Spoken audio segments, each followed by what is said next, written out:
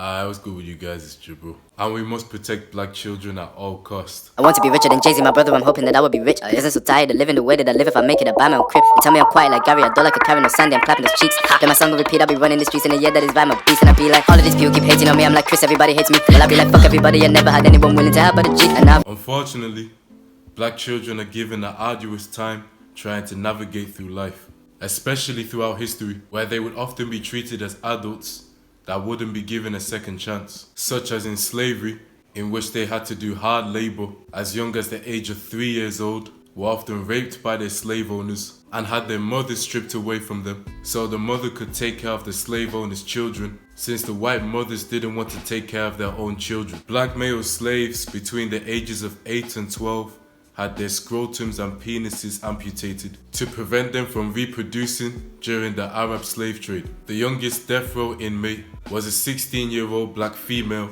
that went by the name of Paula Cooper in 1986. We have George Stinney, who was executed at 14 years old for being falsely accused of murder, and Emmett Till, who was murdered after being falsely accused of raping a white woman by the name of Carolyn Bryant, who passed away not too long ago by the time of this recording. Emmett Till was only 14 years old when he passed away. So it's obvious that black children have been treated unjustly by the system in the past and still are being treated unfairly by the system. However, we also have to call out the child abuse and neglect by our own people towards our children. We have Terrell Peterson, who was a black boy that died at 5 years old, who has one of the worst child abuse cases in history, in which he was compelled to stand on a heating grate, was starved, beaten with belts, and much more. We also have a child by the name of Kyrell Matthews, who was murdered by his mother and his stepfather at just 2 years old. If black people had to be honest, we don't care about our children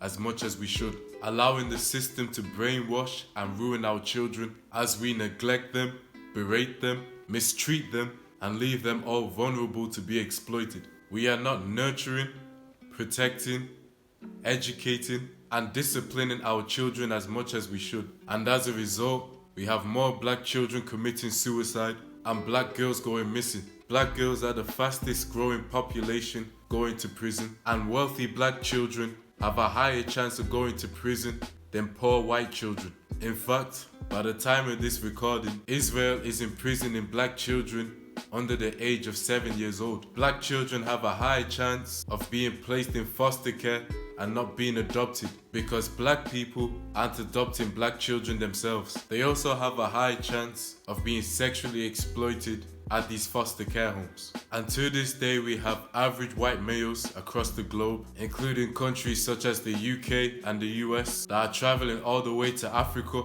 to molest black children, specifically black boys. I believe integration was one of the biggest mistakes black people could have ever made for our children, simply due to the fact that black children are actually doing worse being integrated with other race groups as opposed to black people being segregated, with black children becoming more illiterate than ever before. Black children are also bullied at larger rates, viewed as less innocent, and teachers being more likely to label black children as troublemakers compared to their white counterparts. It's been proven that black students perform better when being taught by black teachers, and that non-black teachers have a racial bias in school. We're also dealing with the issue of black children being raised by a single parent, with 72% of black children being birthed by unwed black mothers. It's crucial for black children to be raised by their two biological parents, as it has been proven that black children raised in an intact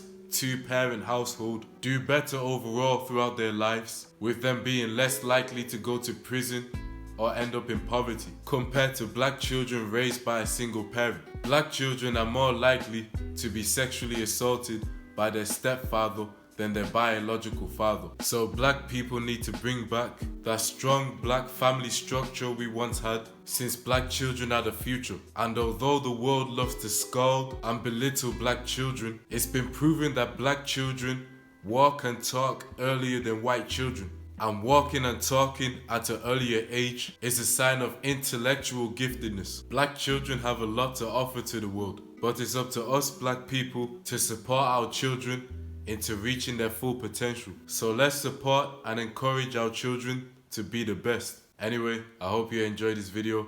Make sure you like, subscribe, peace, and take care of yourselves. I'm out.